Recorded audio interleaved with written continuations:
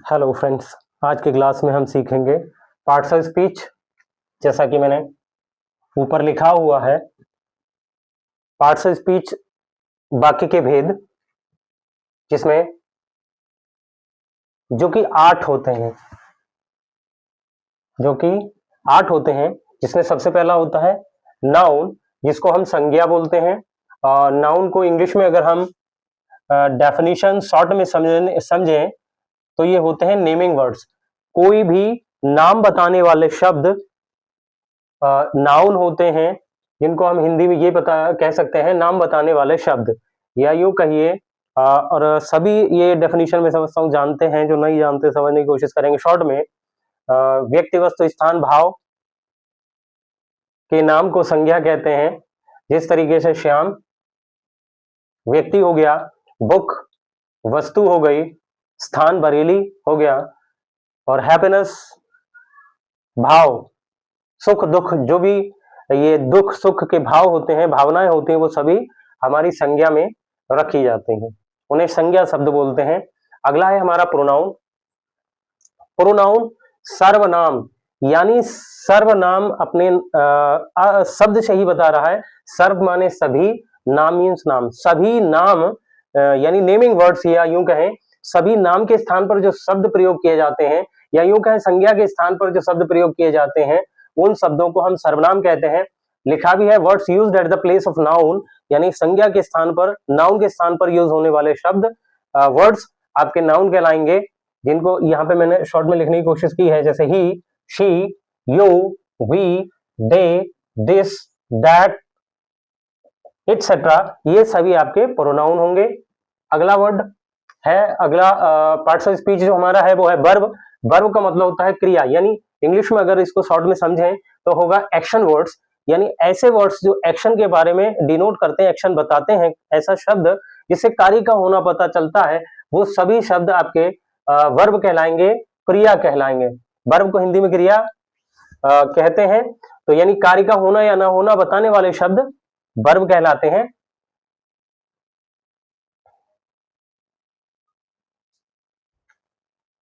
यहाँ पे जैसे मैंने लिखा हुआ है, रीड मीन्स पढ़ना, राइट लिखना, रन दौड़ना, इसी तरीके के जो वर्ड्स, जो भी शब्द कार्य का होना बताएंगे, वो सभी शब्द आपके वर्ब कहलाएंगे।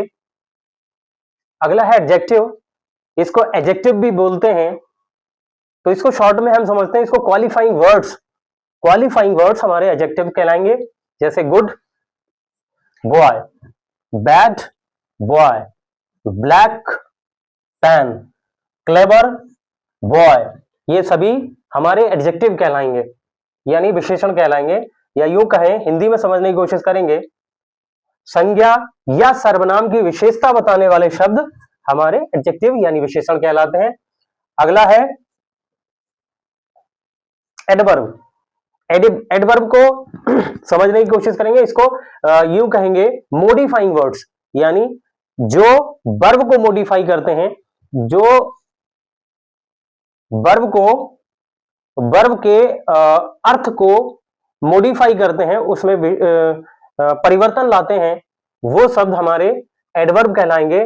जैसे रेन फास्ट, तेज दौड़ा, मूव क्विकली, तेजी से चलो, रोट बैडली, बड़ी बुरी तरीके से लिखा, हार्डली, मुश्किल से।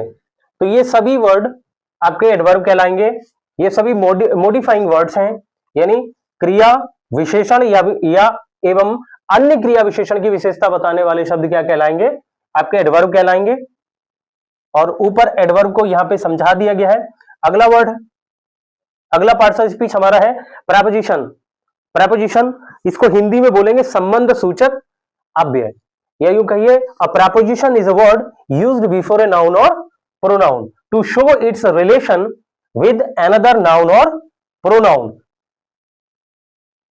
संज्ञा या सर्वनाम से पहले प्रयुक्त होकर दूसरे संज्ञा या सर्वनाम की विशेषता बताने वाले शब्द, संबंध बताने वाले शब्द, या यूं फिर से समझाते हैं, a preposition is a word used before a noun or pronoun to show its relation with another noun or pronoun, यानी वे शब्द जो संज्ञा या सर्वनाम से पहले प्रयुक्त होकर दूसरे संज्ञा या सर्वनाम की से संबंध बताते हैं वो प्रेपोजिशन कहलाते हैं। जैसे in the room, on the table, under the tree, behind the car, et cetera, ये सभी वर्ड आपके प्रेपोजिशन कहलाएंगे। कंजंक्शन, ये संयोजक यानी जोड़ने वाले शब्द। डिफाइन शॉर्ट में किया है ज्वाइनिंग वर्ड्स, ऐसे वर्ड जो दो या दो से अधिक वाक्यों को या दो से अधिक शब्दों को जोड़ने का काम करते हैं वो कंजंक्शन कहलाते हैं, संयोजक कहलाते हैं। जैसे and, but, because, so, etcetera, ये सभी वर्ड कंजंक्शन कहलाएंगे। इंटरजेक्शन, अगला part of speech. Interjection means विस्मय बोधक। डिफाइन शॉर्ट में किया है इसको, सडन फीलिंग्स और इमोशंस, एक्सप्रेसिंग वर्ड्स, ऐसे शब्द जो अचानक की भावनाओं को व्यक्त करने का काम करते हैं वो शब्द हमारे इंटरजेक्शन कहलाते हैं।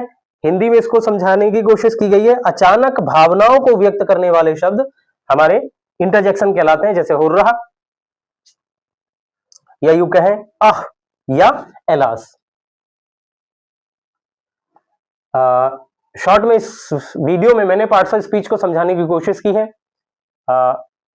आशा करता हूं कि ये वीडियो समझ में आएगी। Thanks for watching.